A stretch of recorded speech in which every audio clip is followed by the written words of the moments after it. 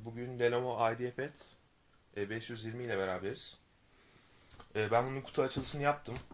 İçine Windows'ta yükledim. Ama internette, YouTube'da böyle bir video olmadığı için çekmek istiyorum. Başlayalım.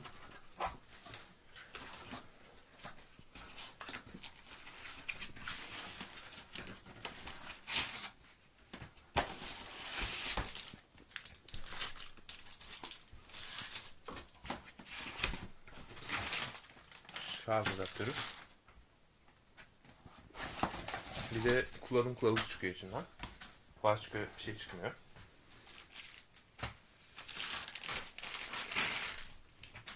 Şarj adaptörümüz böyle küçük. Zaten iş bilgisayarı gibi kendisi. İlk elime aldığımda fan yok sandım bilgisayarda ama varmış. Bilgisayar böyle.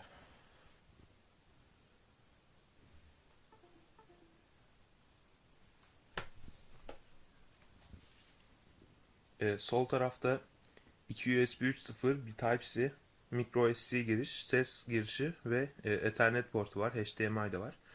Ayrıca güç girişi de buradan sağlanıyor. Sağ tarafta ise sadece DVD yongası var. Bir de Kensington girişi var. Ee, Bilgisayar metal. Alt tarafı plastik. Bu üst taraf metal. Dokunduğumuz yer yine metal. Buralar plastik. Ee, Bilgisayarda aydınlatmalı klavye var. Evet, şu an gözükmüyor. Parmak izi okuyucusu var bilgisayarda.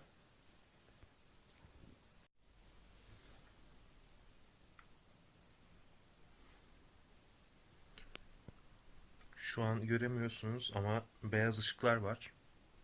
Ortamdaki ışık nedeniyle mavi gözüküyor ışıklar.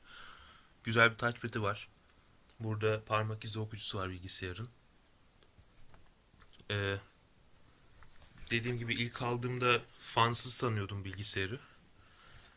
Ama fanı şu gördüğümüz kısımda, CSGO'da orta ayarlarda 120 FPS veriyor bu bilgisayar ve ısı derecesi 92'lere ulaşıyor. Yani bir oyun oynamak istiyorsanız bu bilgisayarla altında bir soğutucu almak zorundasınız. Güçlü bir soğutucu almak zorundasınız.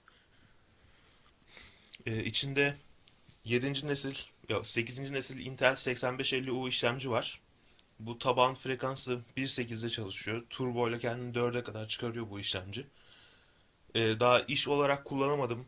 Ben inşaat mühendisiyim. Yakında kullanacağım iş olarak da. Onun da testlerini atacağım size. İşime yarayacağını düşünüyorum. Ekran kartı olarak MX 150 var. Biraz bilmiyorum, sıkıntı çıkarabilecek bir ekran kartı bu oyun dediğimiz kısımda. Ama e, ne yapalım, bize iş için aldık zaten bu bilgisayarı. E, Sol tarafı bilgisayarın böyle. Sağ tarafını da yine göstereyim. Bilgisayar bu şekilde. 12 GB RAM var içerisinde. 1 TB hard disk ile geliyor. SSD girişi de var. E, Birkaç ay sonra kendim bir yükseltme yapabilirim bilgisayara. Ama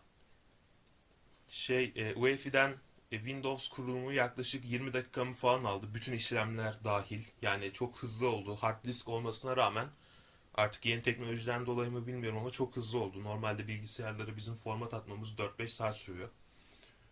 Bu yönden iyi oldu. Hemen bir key girip bilgisayarımı açabildim. Kendinize iyi bakın. İyi günler.